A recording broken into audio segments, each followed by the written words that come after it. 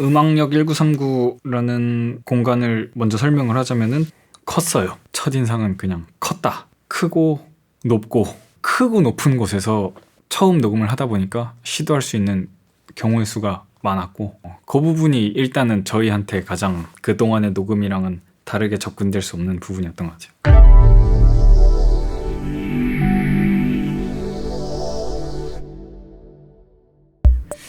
일단은 드럼 레코딩을 좀 넓은 공간에서 할 필요가 있다는 생각이 들었어요.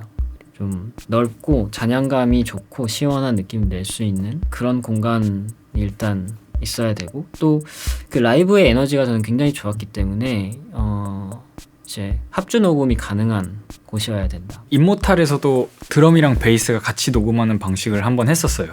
근데 요번에 노페인 같은 경우에는 4명이 함께 했죠. 2명은 기타를 치고 1명은 베이스 치고 1명은 드럼을 치니까 녹음한다는 생각도 안 들기도 했어요. 저 원래 녹음할 때 되게 얼어붙는 스타일인데 그 음악역에서 했던 녹음은 매우 새롭고 매우 재밌었다. 녹음이 좀 재미가 있지 않나. 물론 단점도 있어. 왜냐면 나는 괜찮은 테이크였는데, 아니면 쟤네가 너무 괜찮았는데 내가 과연 이게 베스트였을까 하는 그런 것들.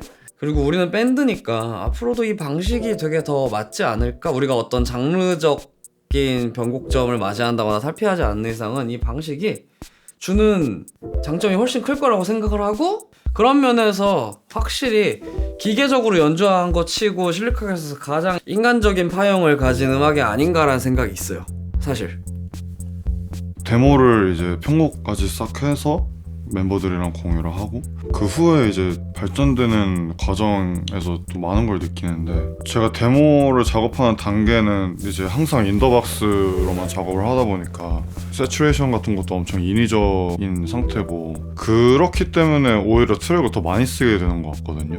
내 작업 환경에서는 한 트랙으로는 이제 그 사운드스케이프이 다 차지를 않으니까, 그래서 계속 혼자 작업할 때는 악기를 더 많이 쓰게 되는 것 같고, 근데 이제 멤버들이랑 이거를 같이 이제 가공하게 되는 단계에서는 훨씬 더 뭔가 내추럴하고 좀 리얼하고, 그리고 뎁스가 있는 마이킹 소스들 같은 것도 이제 많이 쓰게 되다 보니까, 내가 작업해놓았던 데모가 만약에 무지개 색깔이라면은 우리가 이제 가공하는 과정에서는 여기서 제일 중요한 색깔이 보라색이랑 뭐 빨간색이고, 그 다음에 나머지 색깔 중에서 이렇게 색을 섞으면 뭐 하얀색이나 검은색이 되니까 살릴 걸 살리고 나머지 무지개 색깔들은 백그라운드에 넣어놓자, 약간 이런 과정을 가지는 것처럼 느껴져요.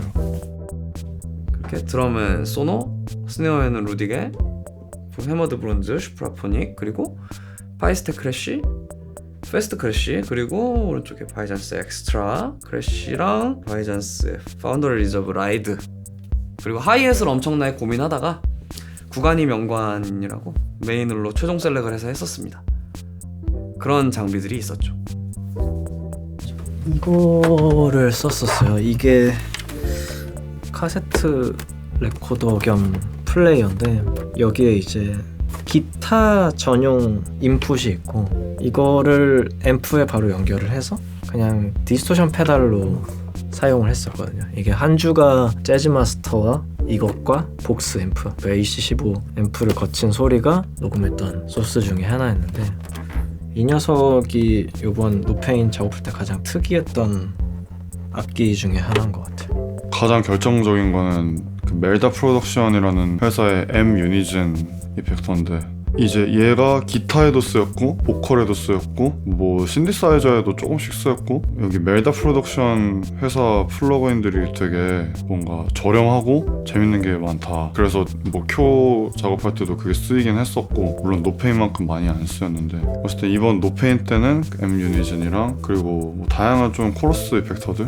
그 UAD 브리게이드 코러스랑 엄청나게 다양한 코러스 플러그인들을 많이 좀 이렇게 섞어서 사용했죠. 저는 이제 코러스랑 유니즌 뭐 앙상블 이펙터 이런 거, 아니면 뭐 약간 포그나 약간 와미 같은 PC 시프팅 계열 이펙트를 사용하는 걸 굉장히 좋아하다 보니까 편곡하는 단계에서는 이제 주력 이펙터들이었고, 베이스를 여러 대를 놓고 조합을 찾아보고, 심지어는 베이스 줄마다에 또 케미를 보려고 베이스 줄을 갈아보기도 하고 꽤 여러 가지 시도를 했었던 것 같아요. 그날 가장 좋은 컨디션이었던 거는 이제 재즈 베이스였고 저는 항상 개인적으로 그 바다 같은 색깔을 내려고 그때 많이 고민을 했었던 것 같은데 가장 바다 같은 색깔이었어요. 결국 재즈 베이스의 소리와 썬밴더를 건 게 가장 자연스러운 바다 같은 색깔이었어요.